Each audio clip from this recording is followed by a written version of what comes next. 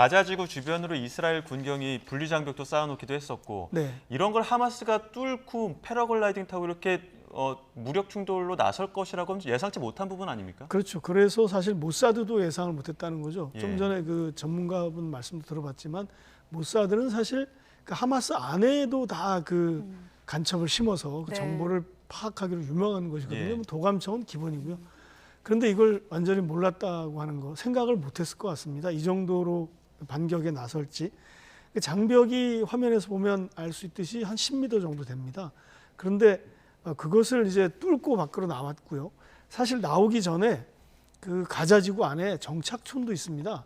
이스라엘 정착촌이 많이 철수를 했는데 아직 남아 있고 거기부터 거기부터는 아니지만 거기도 공격을 했습니다. 그래서 그 안에서도 많은 이스라엘의 예. 사망자가 발생했고요. 그다음에 이제 뭐 패러글라이딩, 이 동력을 다룬 패러글라이딩을 타고 그 접경지에 있는 이스라엘 쪽을 공격했고요.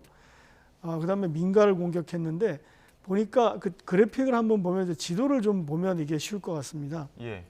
먼 거리에는 미사일을 쐈습니다. 이건데요.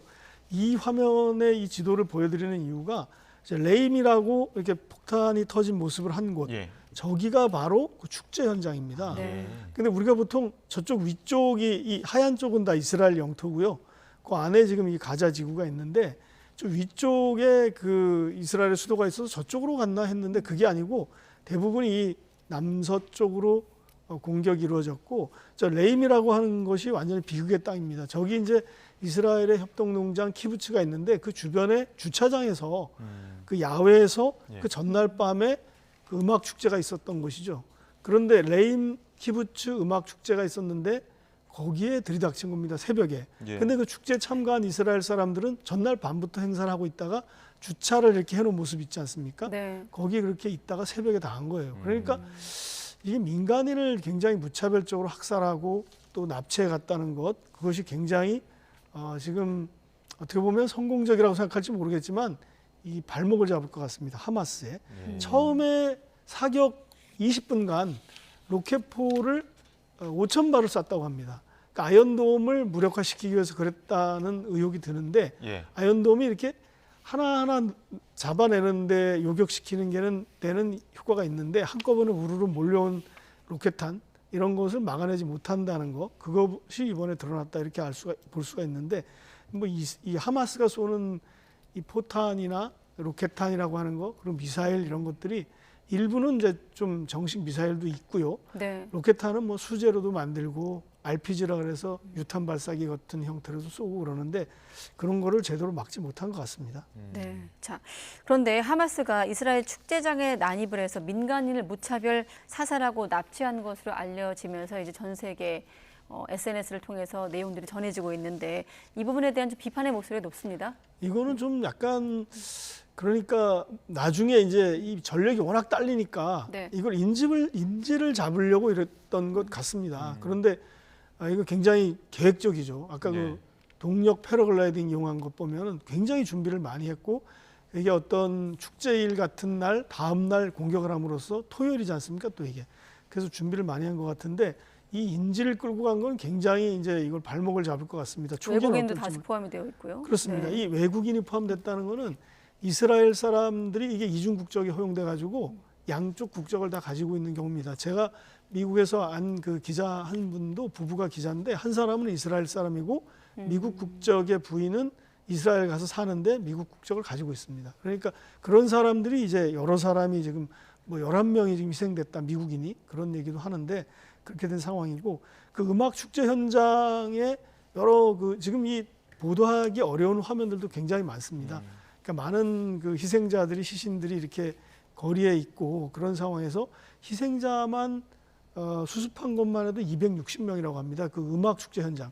그리고 아까 보여드렸던 지도의 주변에 그 둘레로 이렇게 동그라미 표시를 해놨지 않습니까? 빨간색으로. 거기를 다 일제히 가서 공격을 한 겁니다. 특히 민간인을 공격했고 군인을 포함해서 이스라엘 사람들을 150명 정도를 지금 하마스가 장악하고 있는 가자지구 안쪽으로 데려간 겁니다. 예, 생존자 인터뷰 보면은 대학살이었다 이렇게 또 표현을 하기도 네. 하는데 또 뭐 9.11에 비유하기도 하고요. 하마스가 왜 하필이면 지금 이 시점에 이스라엘을 공격하게 된 걸까요?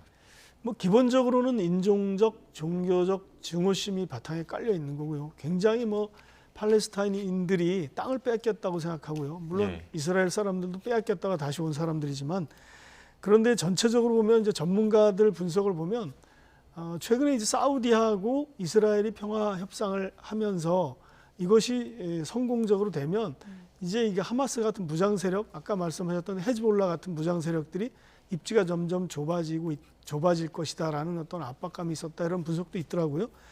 근데 또 하나는 아까 이제 다른 우리 국제부 기자 분석한 것처럼 미국이 지금 중동에 대한 장악력이 떨어지고 있습니다.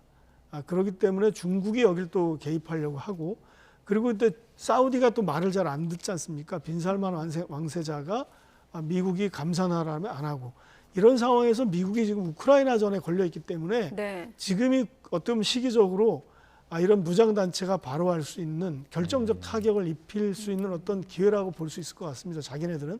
그런 면에서 이번에 50년 만에 처음이라고 한 그 이스라엘 땅을 공격하는 형태로 했는데, 특히 이제 현재 수감자가 최대 5천 명 가량이 이스라엘에 잡혀 있습니다. 팔레스타인 사람들이 이러저런 이유로 대부분은 정치범이죠. 그러니까 팔레스타인의 독립과 자치 이런 것들을 요구하다가 붙잡혀간 사람이 5천 명인데, 이 사람들이 팔레스타인 쪽에서 보면 굉장히 애국적인 사람들이겠죠.